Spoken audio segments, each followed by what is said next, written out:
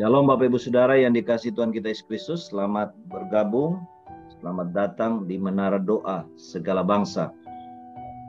Baik yang ada di Zoom maupun di YouTube, kita Menara Doa Segala Bangsa adalah komunitas dalam kemiliteran kerajaan Tuhan.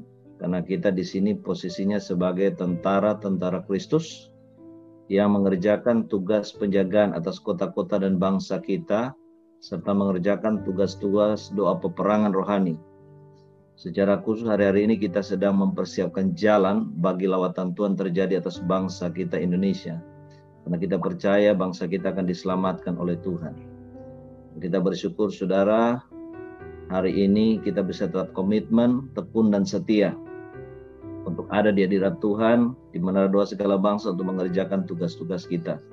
Shalom Pak. Silakan Ibu Deborah. Saya cuman tadi waktu dalam penyembahan bukan doa penafsiran, saya kok kuat sekali disuruh Tuhan baca ayat ini, dan saya mau baca. Silakan. Ya, Roma 14 ayat 16 sampai 19. Roma 14 ayat 16. Apa yang baik yang kamu miliki, janganlah kamu dibiarkan difitnah. Sebab kerajaan Allah bukanlah soal makanan dan minuman, tetapi soal kebenaran, damai sejahtera, dan sukacita oleh Roh Kudus. Karena barang siapa melayani Kristus dengan cara ini, ia berkenan kepada Allah dan dihormati oleh manusia. Sebab Amen. itu, marilah kita mengejar apa yang mendatangkan damai sejahtera dan Amen. yang berguna untuk saling membangun. Saya kuat sekali Pak, saya cuma membaca sendiri tapi Roh Kudus katakan baca. Terima kasih. Baik, Tuhan berkati. Baik saudara, kita akan masuk dalam firman dan kita bersyukur untuk Ibu Desi, beliau seorang chef, Desi Trisnawati akan berbagi sharing firman buat kita pagi ini. Waktu kami persilakan. Kasihi, shalom. Shalom pagi. Shalom. Satu kehormatan buat saya boleh bergabung dan diundang di tempat ini. Terima kasih Pak Yeskil, Bu Maureen yang mengundang saya. Menarik ya, kita pagi-pagi kita boleh berkumpul bersama-sama. Saya rasa ini luar biasa sekali. Nah, pagi ini saya langsung share screen aja.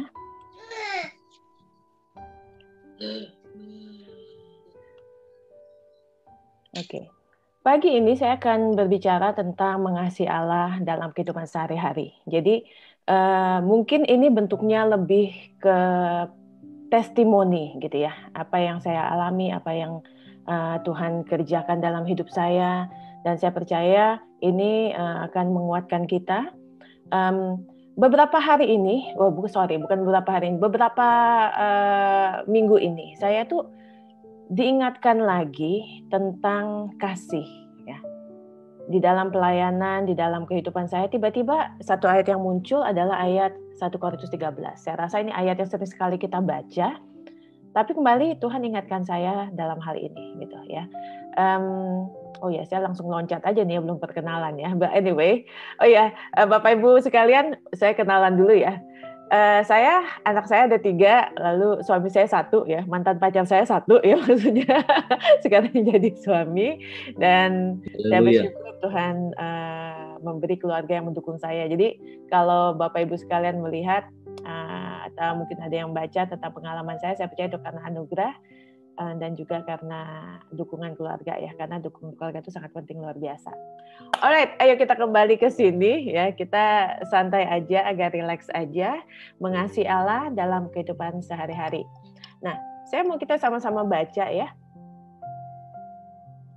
Bentar, saya pindahkan dulu ini. 1 Korintus 13. Sekalipun aku dapat berkata-kata dengan semua bahasa manusia dan bahasa malaikat, tetapi jika aku tidak mempunyai kasih, aku sama dengan gong yang berkumandang dan canang lonceng ya, yang gemerincing.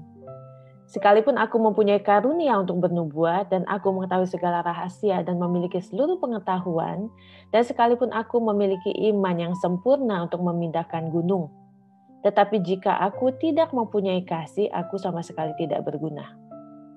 Dan sekalipun aku membagi-bagikan segala yang ada padaku, bahkan menyerahkan tubuhku untuk dibakar. Ini udah ekstrim sekali, ya. Tetapi jika aku tidak mempunyai kasih, sedikit pun tidak ada faedahnya bagiku. Lalu ayat berikutnya dikatakan bahwa kasih itu sabar. Ya, kita tahu ini lagunya ada dan mungkin kita udah ingat semua. Kasih itu murah hati, ia tidak cemburu, ia tidak memegahkan diri dan tidak sombong. Ia tidak melakukan yang tidak sopan dan tidak mencari keuntungan diri sendiri. Ia tidak pemarah dan tidak menyimpan kesalahan orang lain. Ia tidak bersuka cita karena ketidakadilan, tetapi karena kebenaran. Ia menutupi segala sesuatu, percaya segala sesuatu, mengharapkan segala sesuatu, sabar menanggung segala sesuatu. Ayat yang luar biasa, ya. Kita berdoa dulu ya. Bapak, terima kasih buat pagi ini. Bapak, kami berdoa dan kami percaya bahwa firman-Mu adalah terang, Tuhan, bagi jalan kami, pelita bagi kaki kami. Tuhan, pimpin kami bahwa apa yang kami pelajari, apa yang kami dengar hari ini bukan hanya menjadi pengetahuan, tapi ajar kami untuk menjadi pribadi yang mau taat kepada Engkau sebagai Tuhan dan Raja di dalam hidup kami. Kami berdoa dan membuka hati, pikiran kami, Tuhan, untuk tunduk, Tuhan, di bawah firman-Mu.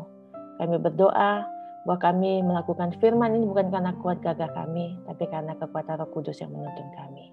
Terima kasih Bapak, di dalam nama Tuhan Yesus, kami juga berdoa bahwa apa yang hamba-Mu sampaikan, Tuhan, ini bukan karena hikmat manusia, sehingga kami tidak bersandar pada kehendak, kekuatan, dan bahkan pengalaman manusia, tapi Roh Allah sendiri yang bekerja di tengah-tengah kami, bekerja di dalam hati kami, Tuhan, yang menyatakan dalam pribadi kami dengan cara-Mu sendiri dan dengan cara yang kami kenal, Tuhan, dengan cara yang kami tahu Engkau bekerja. Terima kasih Bapa, di dalam nama Yesus. Amin.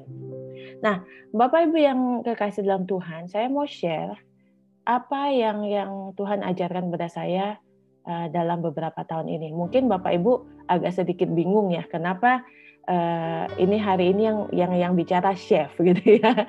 Saya kemarin begitu mendapat jadwalnya, ini tiba-tiba aja ada Chef Desi gitu ya, ada pendeta, ada evangelis yang punya, tiba-tiba ini Chef Desi ya. Tapi saya percaya begini, bahwa setiap kita adalah hamba ya. Mau kita di rumah tangga, kita adalah hamba Tuhan di rumah tangga tempatnya. Di gereja kita juga hamba Tuhan. Di dunia bisnis kita juga hamba Tuhan gitu. Pertanyaannya ya, kalau ada yang bilang siapa hamba Tuhan, misalnya yang angkat tangan hanya pekerja-pekerja di dalam gereja, lalu saya mau tanya, yang tidak di dalam gereja itu hamba siapa gitu. Ya kan? Nah, semua dari kita adalah hamba Tuhan yang Tuhan tempatkan posisinya di bidang kita masing-masing. Saya banyak bekerja di dalam tentunya dunia kerja, dan saya adalah hamba Tuhan di dunia kerja. Saya juga banyak melayani, ya saya juga hamba Tuhan. Di rumah tangga saya hamba Tuhan gitu. Jadi bukan hamba Tuhan, bukanlah posisi kita sebagai dimanapun kita ada, tapi kita pribadi lah hamba Tuhan dimanapun Tuhan tempatkan kita. Ya. Nah, beberapa waktu yang lalu, beberapa tahun yang lalu, saya mengalami satu hal yang Tuhan ingatkan begitu luar biasa gitu ya, di ayat ini, Matius 22 ayat 37. Kasihilah Tuhan Allahmu dengan segenap hatimu dan dengan segenap jiwamu dan dengan segenap akal budimu. Ya. Ayat ini saya percaya setiap kita sudah dengar banyak sekali ya. Kalau ditanya mengapa kita harus mengasihi Tuhan, pertanyaannya jelas, karena ada ayatnya gitu kan. Karena itulah hukum utama, nggak salah gitu loh. Saya ingat ketika saya masih di Australia, saya menerima Tuhan sungguh-sungguh bertobat itu tahun 93. Ketika saya melarikan diri dari Indonesia ya ke Australia dengan berpikir udahlah saya nggak mau deh terlalu banyak luka di Indonesia, mendingan saya ke Australia aja gitu ya. Karena kenapa? Pengalaman masa lalu saya tidak begitu baik. Dari kecil saya sudah mengalami pelecehan seksual ya, dan saya adalah anak yang tertolak gitu ya. Jadi banyak sekali kepahitan dalam hidup saya yang membuat saya kalau bisa saya lari aja. Tahun 91 saya berangkat ke Australia dengan berpikir bahwa saya ingin balas dendam. Ya. Cara balas dendamnya gimana? Balas dendamnya maunya waktu itu ide jahatnya adalah ingin menghamilkan diri gitu ya. Kenapa kalau saya menghamilkan diri ya nggak tahu lah siapa gitu ya pasti keluarga malu gitu ya. Nah, itu jahat sekali. Tapi luar biasa Tuhan tuh begitu baik. Tahun 93 Tuhan bilang ini anak kalau nggak keburu-buru ditangkap bakal ngaco nih. Jadi tangkap dulu deh gitu ya. Jadi tahun 93 ketika saya beribadah di IFC, Indonesian Family Church, di bawah pimpinan Pak Daniel Ong. Nah, di sana saya mengalami kasih Bapa. Saya belum mengerti bahwa Tuhan mengasihi saya apa adanya, bukan karena ada apa adanya, bukan ada apanya gitu ya. Saya malah menangkap, ternyata kasih Bapa itu seperti itu. Dalam perjalanan saya melayani Tuhan dari segala macam pelayanan ya, karena karunia saya itu karunia rasul. Jadi Tuhan banyak sekali memberi saya talenta dan saya bersyukur atas itu. Dari sekolah minggu, dari WL, dari tamborin, dari segala macam mengajar, lalu kemudian kantin gitu ya, karena kan ujung-ujungnya chef. Ternyata Tuhan udah atur dari awal seperti itu, sampai akhirnya sekitar tahun 96, 97, ketika saya masih keras hati nggak mau pulang ke Indonesia, Tuhan tanya kepada saya, apakah kamu mau taat? Saya waktu itu menangis, saya bilang, Tuhan, saya mau taat. Sekalipun Tuhan suruh saya kembali ke Indonesia, saya akan kembali. Ya. Kemudian tahun 98, saya kembali ke Indonesia. Waktu itu juga mama saya sedang sakit, ya, kena kanker stadium 4, limfoma. Dan sekarang mama saya sudah bersama dengan Tuhan. Tahun 99, mama saya kembali ke Tuhan. Masuk dalam perjalanan itu, kemudian tahun 2012 saya memenangkan MasterChef Indonesia. Itu juga karena Tuhan tuntun di sana, dan betul-betul karena Tuhan tuntun. Kalau enggak sih, saya pikir enggak akan sanggup. Tidak akan sanggup ya, karena masuk di dalam dunia entertainment itu keras. Saya juga tujuannya bukan untuk populer, tapi karena memang Tuhan tuntun saya untuk masuk ke sana, di mana Tuhan mengingatkan saya untuk saya meninggalkan legacy atau warisan nilai-nilai kepada anak-anak saya tentang mengajar mimpi. Kembali masuk dalam pelayanan, dan ketika saya media itu, platform TV itu akhirnya membuat saya lebih banyak memberi dampak, ya, banyak melayani di gereja-gereja, banyak mengajar. Namun demikian, saya sangat mengerti bahwa Tuhan lebih menuntun saya masuk ke dalam dunia kerja, dan saat ini juga saya sudah banyak mentoring ya ibu-ibu rumah tangga, UKM, bahkan juga mengajar anak-anak di kelas masak ya. Hal seperti itu ya Tuhan tempatkan saya hamba Tuhan di dalam dunia kerja yang bidangnya tentunya kuliner. Nah, saya sudah banyak sekali terlibat di dalam pelayanan, dan saya tuh diajar bahwa ingat bahwa manusia adalah manusia, Allah adalah Allah. Jadi artinya jangan sampai saya mendewakan siapapun. Dan saya selalu berpikir dalam hidup saya, saya ini orangnya nggak mungkin kecewa gitu ya. Buat saya tidak akan kecewa misalnya. Bahkan kalau ada pemimpin gereja yang jatuh, saya juga tidak akan kecewa. Buat saya mereka adalah manusia gitu ya. Tapi satu kali Tuhan mengizinkan saya masuk dalam satu fase di mana saya kecewa dengan pemimpin saya. Ya, ceritanya simpel ya. Waktu itu saya mengajukan sesuatu untuk kemajuan gereja. Ya, sebenarnya ide ini sudah banyak disampaikan juga oleh teman-teman yang lain gitu ya. Tapi kebetulan saya ini orangnya tipenya vokal, dan saya suka ngomong apa adanya gitu. Tapi kemudian pemimpin saya bilang enggak gitu. Kan kita nggak bisa ikutin apa yang kamu omongin. Nah, saya pada waktu ketika saya mendengar perkataan itu, saya terluka. Bapak Ibu yang terkasih dalam Tuhan, sangat luar biasa dampak daripada terluka itu. Ya. Mengapa saya sampaikan ini? Karena saya percaya firman Tuhan di Wahyu 12 berkata bahwa oleh darah anak domba dan kesaksian kita, iblis dikalahkan. Dan saya percaya kesaksian ini menyatakan bahwa ya, ini apa yang terjadi dalam hidupku, tapi Tuhan memulihkanku, dan kemudian nama Tuhan dimuliakan dalam hidup kita, bukan kita.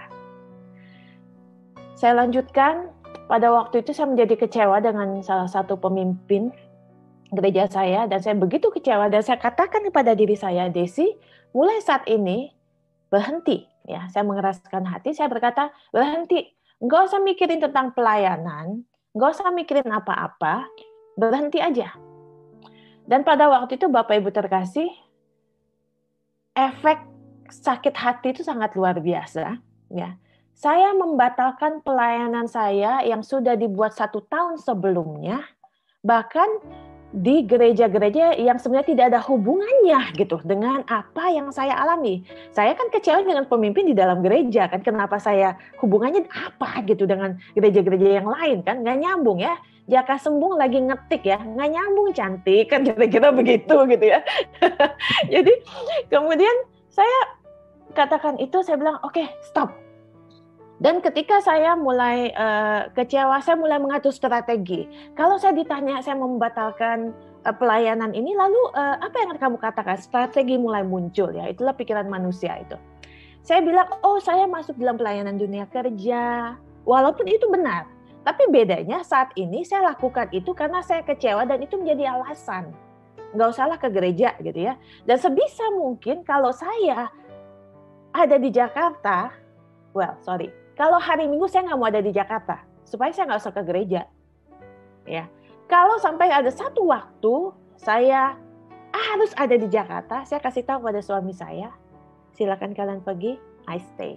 Ya, sangat keras hati. Begitu saya tertipu. Dalam kekerasan hati saya, dalam kekecewaan saya, tiba-tiba ibu rohani saya WhatsApp saya ya, Ibu Suset Hetting waktu itu sedang ada di Jerman dan kami ada di Yayasan Cinta Papua. Tiba-tiba Ibu Suset WhatsApp saya lalu tanya saya, Desi, gimana kabarmu? Wah, saya begitu baca saya bilang oh gitu ya. Dan kemudian belum sempat saya baca, WhatsApp kedua muncul. Yang saya maksud, gimana kabarmu nih? Istilahnya begitu ya. What I mean, how are you? Lalu saya bilang, Mom, I'm not good. Ya, saya tidak bilang bahwa saya oke, no. Saya bilang, saya nggak bagus. Kondisi saya nggak bagus. Saya sedang kecewa, saya mulai curhat. Saya kecewa dengan ini. Kan harusnya begini. Lalu, Mom, lihat aja. Kalau saya pelayanan satu gereja, udah gitu saya nggak lihat hasilnya kayak apa ya, come and go. Sudah itu sudah. Saya nggak ngelihat tuh buahnya apa sih gitu ya. Kayaknya, pokoknya saya curhat sana sini segala macam. Luar biasa ya, saya bersyukur dengan ibu rohani saya yang mementor saya. Lalu beliau berkata begini, Desi, kamu kecewa dengan manusia kan? Saya bilang, ya. Kamu kecewa dengan manusia, lalu mengapa engkau berhenti melayani Tuhan? Wow, kecewanya dengan manusia tapi berhenti melayani Tuhan. Ya, ini ketipu banget nih.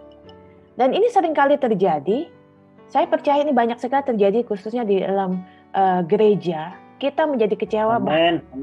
Orang-orang, nggak usah pemimpin, tapi bahkan teman-teman sekomsel yang kita bilang, ih kamu mah. Banyak sekali penghakiman yang muncul di dalam pikiran kita yang membuat kita kecewa. Akhirnya kita, ya udah deh, saya nggak usah ngelayani lagi deh, selesai. Iya Pak, iya. Iya. Ya, ini banyak sekali terjadi. Dan iblis memang mau lakukan itu di dalam hidup kita supaya kita berhenti melayani Tuhan, itu targetnya.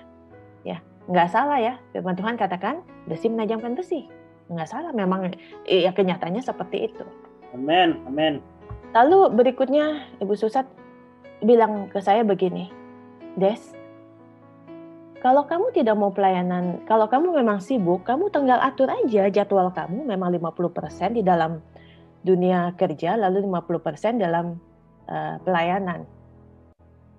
Tidak semua orang diberi kesempatan untuk menyampaikan firman. Tidak semua orang diberi kesempatan untuk sharing tentang kebaikan Tuhan. Jangan kamu buang kesempatan. Amin. Haleluya. Lalu saya katakan, ya, Mam. Dan hari itu saya bertobat, ya. Nah, apa hubungannya dengan ayat ini? Ayat ini muncul, Bapak Ibu yang terkasih, ya. Kasihilah Tuhan Allahmu dengan segenap hatimu, segenap jiwamu, dan segenap akal budimu. Dulu ayat ini hanya sebagai ayat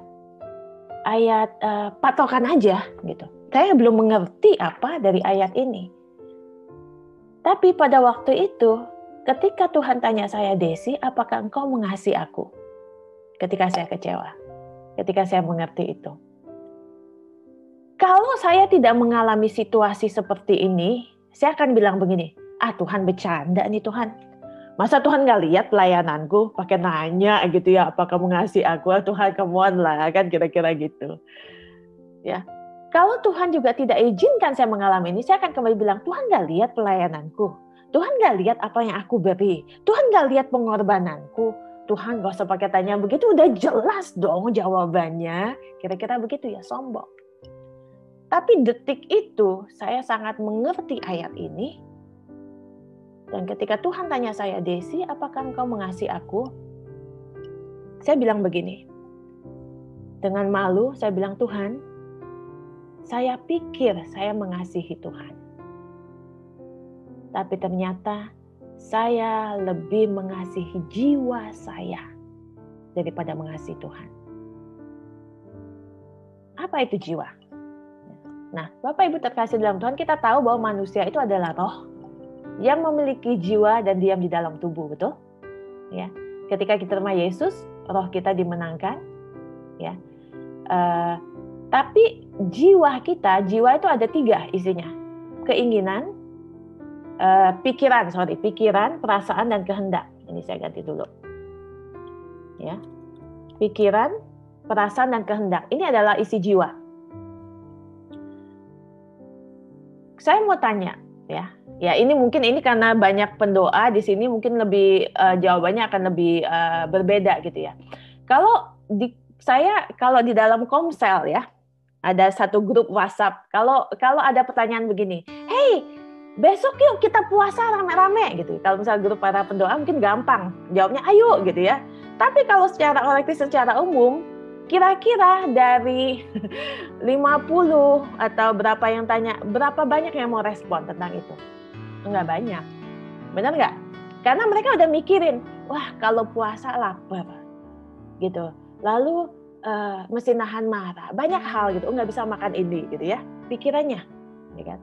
Tapi kalau ditanya, hey, apalagi yang ngomong chef misalnya, aku tahu nih di restoran ini enak banget, ikut yuk. Ya kan? Kira-kira yang bilang mau ikut berapa banyak? Kalau bisa semuanya, benar nggak? Karena pikirannya ngerasa, oh enak loh makan ini gitu loh. Ya pikirannya, perasaannya, ngerasa dia udah ngebayangin dan ngerasa nyaman, kehendaknya, iya nih pengen makan enak gitu loh. Nah jiwa ini seringkali yang membuat kita tidak taat kepada Tuhan. Ya. Dan waktu itu saya ketika Tuhan bukakan ini, saya malunya luar biasa. Saya bilang, Tuhan selama ini saya pikir saya mengasihi Tuhan, ternyata saya lebih mengasihi jiwa saya. Pikiran saya lebih penting daripada pikiran Tuhan. Perasaan saya lebih penting daripada perasaan Tuhan. Dan kehendak saya lebih penting daripada kehendak Tuhan. Mengapa suami istri konflik lalu nggak mau maafin satu sama lain? Bertahan 1 bulan, 2 bulan nggak ngomong. Karena pikiran, perasaan, dan kehendaknya lebih penting daripada pikiran, perasaan, dan kehendak Tuhan. Mengapa gereja pecah? Karena pikiran, perasaan, dan kehendaknya lebih penting dari pikiran, perasaan Tuhan. Apapun alih-alihnya, apapun dalinya. Mengapa bisnis pecah? Ini saya ngomong tentang orang Kristen ya, yang sudah mengerti firman, yang sudah mengerti bahwa seharusnya kita menyenangkan hati Tuhan lebih daripada menyenangkan pikiran, perasaan, kehendak kita. Ya kan? Dan ini saya tangkap dan saya bertobat. Betul-betul saya bertobat. Makanya saya sekarang sangat berhati-hati ketika saya melakukan apapun. Saya selalu pikir, Tuhan, kalau saya melakukan ini, kira-kira pikiran saya sama nggak dengan Tuhan? Ya. Perasaan saya sama nggak dengan Tuhan? Doa sekarang saya berbeda, Bapak Ibu. Doa saya selalu berdoa, Tuhan, selaraskan pikiranku dengan pikiran Tuhan. Selaraskan perasaanku dengan perasaan Tuhan. Selaraskan kehendakku dengan kehendak Tuhan. Nah, kalau tadi kita bilang bahwa hidupku itu bukan aku lagi, tapi Yesus dalamku, ini intinya. Pikiran, perasaan, dan kehendak Yesus lebih penting daripada pikiran, perasaan, dan kehendak kita. Tapi kan jiwa kita ini berontak. Jiwa kita yang membuat kita tidak mau taat, membuat kita mau konflik, tidak mengampuni, atau mungkin kita ada orang-orang, banyak juga orang-orang di dalam dunia rohani begitu luar biasa, tapi begitu urusan sama duit juga nggak jujur. Pikiran, perasaan, dan kehendak. Ya. Dan iblis bermain di dalam area ini, Bapak Ibu terkasih. Makanya kita masih menundukkan pikiran, perasaan, dan kehendak kita. Ya. Caranya bagaimana? Ya. Nah, saya tuh belajar. Kembali, saya tidak lebih baik dari siapapun, tapi ini apa yang saya alami dan saya berharap lewat kesaksian ini Tuhan menguatkan setiap kita. Ya. Ibrani 11 ayat 6, tetapi tanpa iman tidak mungkin orang berkenan kepada Allah. Sebab barang siapa berpaling, ya, berpaling ini katanya kurang enak, tapi kalau bahasa Inggrisnya come, datang. Barang siapa datang kepada Allah, ia harus percaya bahwa Allah ada dan bahwa Allah memberi upah kepada orang yang sungguh-sungguh mencari Dia. Tanpa iman tidak mungkin orang berkenan kepada Allah. Nah, apa hubungannya dengan kasih tadi ya? Nanti kita lanjutkan ya. Nah, pertanyaannya apa itu iman? Iman itu sedalam sehari-harinya buat saya, ya. Yang tadi, yang kedua, barang siapa datang kepada Allah, ia harus percaya bahwa Allah ada. Ya, Allah ada adalah kunci bahwa kita menyadari, oh, Allah ada. Ketika kita Allah ada, ada iman tiba dalam hati kita, betul nggak? Makanya karena saya tahu ada Allah begitu dekat dengan saya berhati-hati dengan omongan saya. Saya berhati-hati dengan pikiran saya berhati-hati dengan perasaan saya, berhati-hati dengan kehendak saya. Kalau saya sebagai istri, saya mau aneh-aneh sama suami saya harus bayangin ya, kalau di depan saya ada Allah, ya kan, masa sih saya mau macem-macem? Kalau saya di dalam pelayanan saya ada Allah, masa sih saya mau macem-macem? Kalau di dalam bisnis saya ada Allah, masa sih saya mau nipu-nipu? Karena saya tahu ada Allah di sana, maka saya harus berhati-hati. Ya. Allah ada membuat kita melatih jiwa kita, pikiran, perasaan, dan kehendak kita untuk tunduk. Jangan macam-macam, Des. Ada Tuhan. Kamu nggak mau ngampunin, ada Tuhan di sini. Ya. Makanya, jadi saya mulai melihat bahwa mengasihi Allah itu, saya tidak berkata bahwa tidak penting journey atau pelayanan kita. Seperti saya katakan tadi, saya bisa aja bilang, Tuhan, tahun 93 Tuhan saya ikut Tuhan, apa kurang hebat gitu ya. Tapi dalam sehari saya mulai menangkap bahwa mengasihi Allah itu ukurannya ukuran detik. Ketika kita ada konflik, lalu kita memutuskan hari ini saya ingin menyenangkan jiwa saya atau menyenangkan Tuhan. Ukurannya tuh ukuran detik waktu kita memutuskan. Saya memilih untuk mengasihi Tuhan. Saya memilih untuk melayani Tuhan. Saya tidak memilih untuk menyenangkan pikiran saya, perasaan saya, atau kehendak saya. Ya, itu sebabnya dosa bermain di area ini. Nah, Bapak Ibu yang terkasih dalam Tuhan, saya selalu berdoa setiap kali saya ada dalam satu posisi yang menggoda saya untuk melakukan hal yang tidak benar. Firman ini selalu muncul. Desi, ada Tuhan. Dan itu yang membuat saya akhirnya, Desi, ada Tuhan. Selaraskan pikiranmu, selaraskan perasaanmu, selaraskan kehendakmu. Apakah selalu berhasil? Tidak. Ya. Karena memang jiwa itu harus dengan keras kita latih untuk tunduk. Karena kalau tidak, jiwa kita akan kontrol hidup kita. Ya.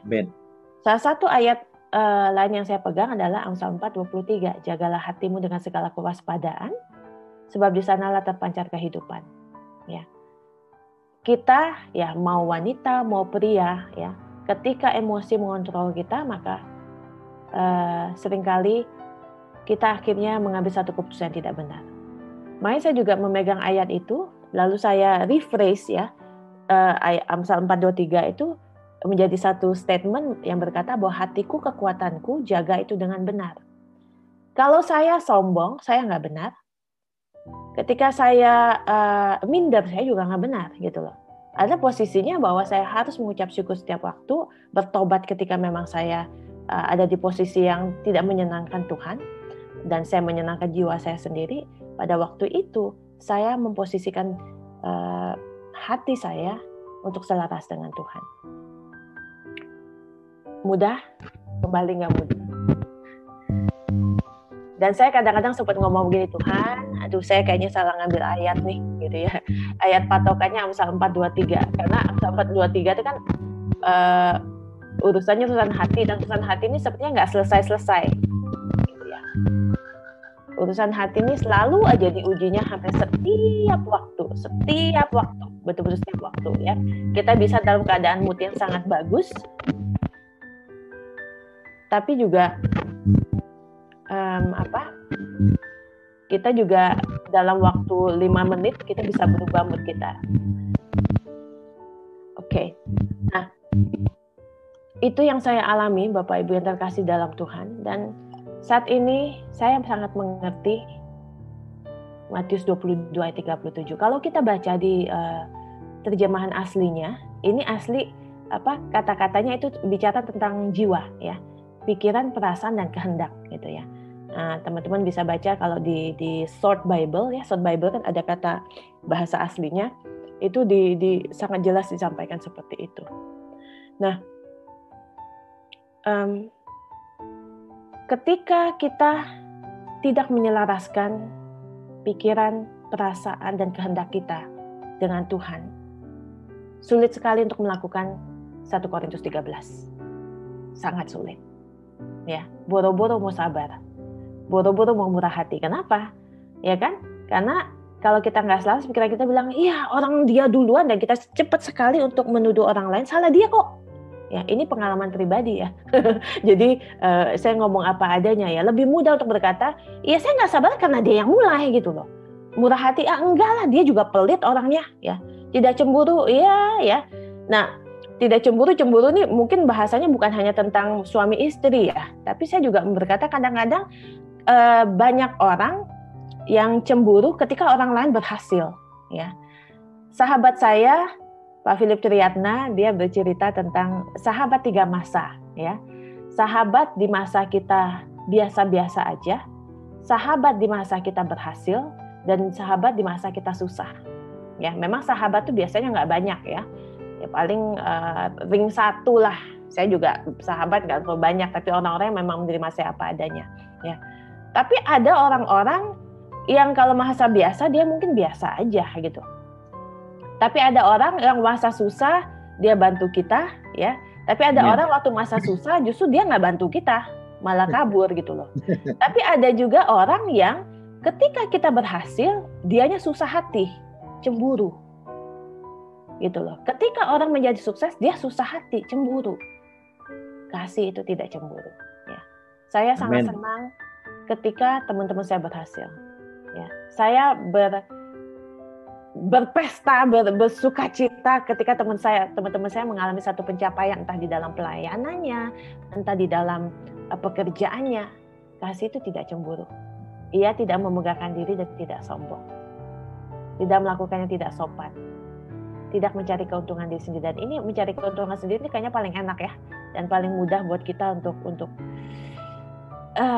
tergiur gitu, untuk mencari keuntungan sendiri ya, pikiran, perasaan, yang penting kita ngerasa enak ya, hal-hal seperti itu. Ya, dan kembali ke tadi yang Tuhan ingatkan, kenapa saya mulai 1 Korintus 13, ketika Tuhan ingatkan itu balik-balik ya, kembali ke ayat 1 lagi. Nggak ada gunanya. Kita mau ada dalam posisi apapun, di dalam pelayanan kita, di dalam pencapaian kita di bisnis, ya, pengetahuan kita, ya, bahkan firman Tuhan katakan kita menyerahkan nyawa kita untuk dibakar juga. Kalau nggak ada kasih, nggak ada gunanya. Amin. Ya, dan luar biasa Yesus sendiri mengajarkan kita tentang kasih itu. Ya. Jadi saya bersyukur ketika Tuhan ingatkan kembali Matius 22 ayat 37. Ketika Tuhan ingatkan lagi bahwa Tuhan ada bersama saya setiap saat, Ibrani 11 ayat 6. Dan ini menuntun saya setiap kali dalam kondisi apapun saya harus memutuskan saya mau menyenangkan pikiran, perasaan, dan kehendak saya atau jiwa saya, atau saya berpikir untuk menyenangkan pikiran, perasaan, dan kehendaknya Yesus. Amin. Roh Kudus yang memimpin kita, dan saya percaya ketika itu terjadi, kalau saja kita mau tetap melatih dan menundukkan jiwa kita,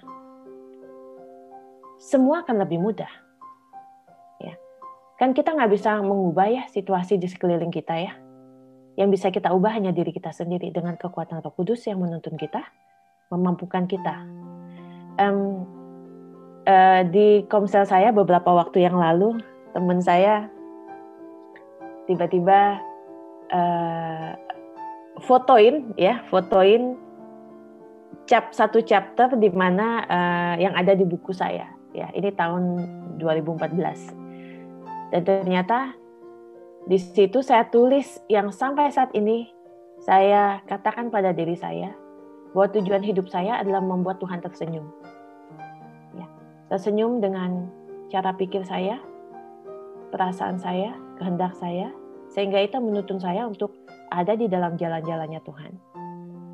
Tersenyum ketika saya masuk dalam tantangan dan saya berkata saya tidak akan menyerah Tuhan, ya. Karena untuk menyerah itu mudah, ya. Apalagi kalau kita di dalam Tuhan, kita sangat mengerti gitu ya. Ya, tadi Pak Yeskil ngomong bahwa iya, kita nggak ada yang kita takutin, ya, hidup itu adalah Kristus, mati adalah keuntungan, ya betul gitu ya. Tapi dalam arti saya percaya bahwa itu mengajarkan kita juga bahwa apapun yang kita lakukan buat Yesus, buat Kristus. Memang tidak ada yang perlu kita takutkan, ya. Tapi bukan berarti juga saya menemukan banyak sekali orang Kristen yang berkata begini, bahkan salah satu anak hamba Tuhan terkenal di Amerika juga mengakhiri hidupnya karena dia nggak tahan dengan tekanan dan dia berkata bahwa ya kan di surga lebih enak gitu ya. Ya, saya percaya Tuhan tempatkan kita di dunia ini untuk mendatangkan kerajaan Allah, membuat kita dengan kehidupan kita yang tentunya berdampak dengan orang lain. Ya. Nah, Bapak Ibu yang terkasih dalam Tuhan, itu aja yang saya mau sampaikan. Saya berdoa bahwa hari ini kita sama-sama belajar bahwa pikiran, perasaan, dan kehendak kita harus kita selaraskan dengan Tuhan. Caranya dengan menyadari bahwa itu Allah itu ada. Yes. Allah itu ada setiap saat, ya. Mau kita sedang sadar atau nggak sadar, Allah ada. Amin. Dan dalam perjalanan saya, di dalam bisnis saya menemukan penyertaan Tuhan itu luar biasa. Sangat luar biasa, dan saya tidak habis pikir gitu ya. Luar biasanya Tuhan dalam hidup saya, dan saya berdoa ketika kita saat ini Tuhan masih izinkan kita hidup, dan saya suka bilang bahwa mumpung masih hidup, lakukan pelayanan kita dalam bentuk apapun, baik di rumah tangga, baik di pelayanan rohani maupun pelayanan dunia kerja, lakukan itu sebaik-baiknya mumpung kita masih hidup. Amin. Amin. Haleluya. Ya, karena hidup kita kembali, saya suka bilang bahwa hidup saya bukan punya saya kok, ya. Jadi nggak ada yang perlu saya pertahankan. Saya mau tutup satu hal dengan satu kesaksian. Beberapa tahun yang lalu, saya pernah mengalami satu terobosan juga, ngomong tentang hidup kita punya Tuhan. Saya ini punya trauma kematian ya, sebagai anak yang pernah mau digugurkan, lalu mama saya meninggal, lalu oma yang saya membesarkan saya meninggal, dan waktu dekat lalu ada ipar saya meninggal. Saya mengalami satu trauma. Sampai satu waktu, ketika saya mau tidur, ya, lalu saya mesti ngecek anak-anak saya saya tuh baru sadar kalau anak-anak saya tuh tidurnya nyenyak, saya deg-degan. Ya, pelan-pelan saya pegangin dadanya, oh masih nafas gitu, ya kan. Lalu saya taruh tangan di hidungnya, oh masih nafas. Tapi setiap kali mereka tidur nyenyak, saya ketakutan. Bahkan suami saya yang tidur sebelah saya, kadang-kadang saya lakukan itu, ya. Saya nggak sadar waktu saya lakukan itu mengapa gitu ya. Sampai satu kali Tuhan tanya kepada saya, Desi, mereka punya siapa? Detik itu saya nangkep bahwa apapun yang saya miliki saat ini, entah keluarga saya, entah bisnis, entah apapun itu nggak ada yang punya saya. Semua punya Tuhan. Amen. Tidak ada yang bisa saya banggakan. Yes. Bahkan pencapaian yang Tuhan berikan buat saya di media, itu juga buat saya punya Tuhan. Nggak ada yang saya takutkan. Kalau saya harus kembalikan titel itu, saya kembalikan. Nggak masalah, bukan punya saya gitu lah. Tidak ada kebanggaan. Tapi banggalah kita karena Tuhan yang selalu menyertai kita, yang sungguh mengasihi kita apa adanya, ya, yang membawa kita sampai saat ini, itu kebanggaan terbesar yang bisa kita lakukan, kita sampaikan bahwa ya kebanggaan kita hanya karena Tuhan. Ya, hidup kita bukan punya kita menawan pikiran, perasaan, dan kehendak kita untuk selaras dengan Tuhan. Amen. Kita menyadari bahwa Allah ada dalam hidup kita setiap saat, sehingga keputusan yang kita buat dalam setiap detik itu menentukan kasih kita kepada Tuhan atau kasih kita kepada jiwa kita. Oke, terima kasih, Tuhan memberkati.